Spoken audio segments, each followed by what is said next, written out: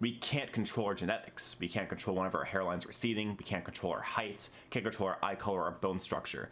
There's a message that I tend to preach on this channel quite often. I get a lot of comments from young men despairing over the fact that their hairline's receding. And since they have no control over that, they try to exercise some level of control. They try taking pills, they try hiding what's happening. Whatever it might be, they feel so out of control in life that they struggle and they suffer as a result from that. And the same advice that I give to nearly every single person who reaches out is this. Yeah, you're having your hairline recede really sucks. It's something that makes you feel age. It makes you feel insecure. However, focusing on what you can control is a lot more productive and will make you more happy in the long term than focusing on what you can't control. When I was in high school and I was losing my hair, I obsessed over it, and it was something that consumed a lot of my time back in those days. And once I realized that I wasn't getting my hair back, I took the plunge and decided to shave it down. And lo and behold, I was happier for it. I was less insecure. I proved to myself that I could handle the indignity of being bald. And I moved on with my life. And because of that, I missed years of having to struggle and fight for trying to save a hairline that was going to be gone one way or another. And this doesn't just apply to balding as well. There have been some instances that have happened in recent history where I don't have control over what happens. There are people who are watching me that I wish they would just go away, but unfortunately, you can't block people on YouTube. There have been instances in the past of people leaving my life that I wish would have stayed, and unfortunately, I have no way of exercising control over whether somebody stays or not. I've had relationships ended that I wish they wouldn't have ended. They moved to different states. I had no control over that.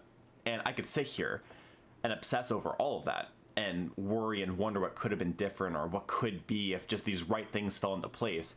But at the end of the day, I can't control people's actions. I can't stop somebody from watching my videos. I can't stop somebody from leaving me. All I can do is focus on what I can control, and what would that be in these situations?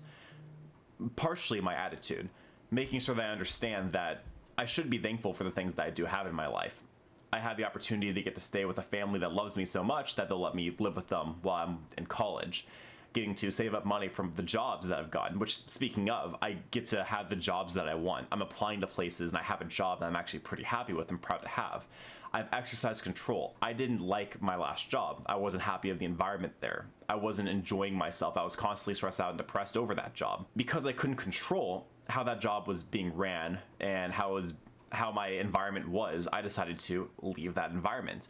And as a result, I'm happier for it. I focus on what I could control. If I can't change the job, I will change jobs. And thankfully, I have the luxury of being young enough to where I can do a job hop and it won't impact my career. It's really hard to let go of the things that we can't control, because oftentimes the thing we can't control is something that we desperately want to have go right. We can't control our genetics. We can't control one of our hairlines receding. We can't control our height. Can't control our eye color, our bone structure. What we can control is our eating habits, how often we exercise, the amount of times that we smile and look people in the eye whenever we talk to them, our charisma, our personality, the amount of intelligence that we can exercise by learning things. These are things that, although take effort, and maybe don't come naturally to somebody, it's something that you can work towards to making yourself feel more happy and confident. If you don't like your circumstances in life, there are tools out there to help you have a better life. If you don't like your job, you don't have to quit, but you can definitely start looking for other jobs.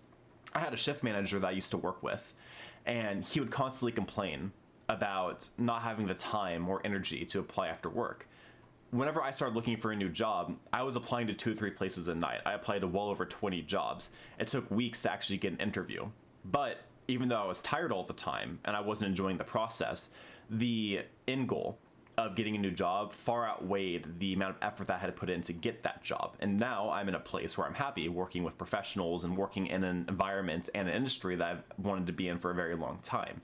You have to sacrifice in order to be happy, which I've mentioned in a previous video. And whenever you focus on what you can control, you're going to notice an immediate difference in how happy you are, because you're actively making strides towards bettering your life. I hope that this message reaches people that needed to hear this.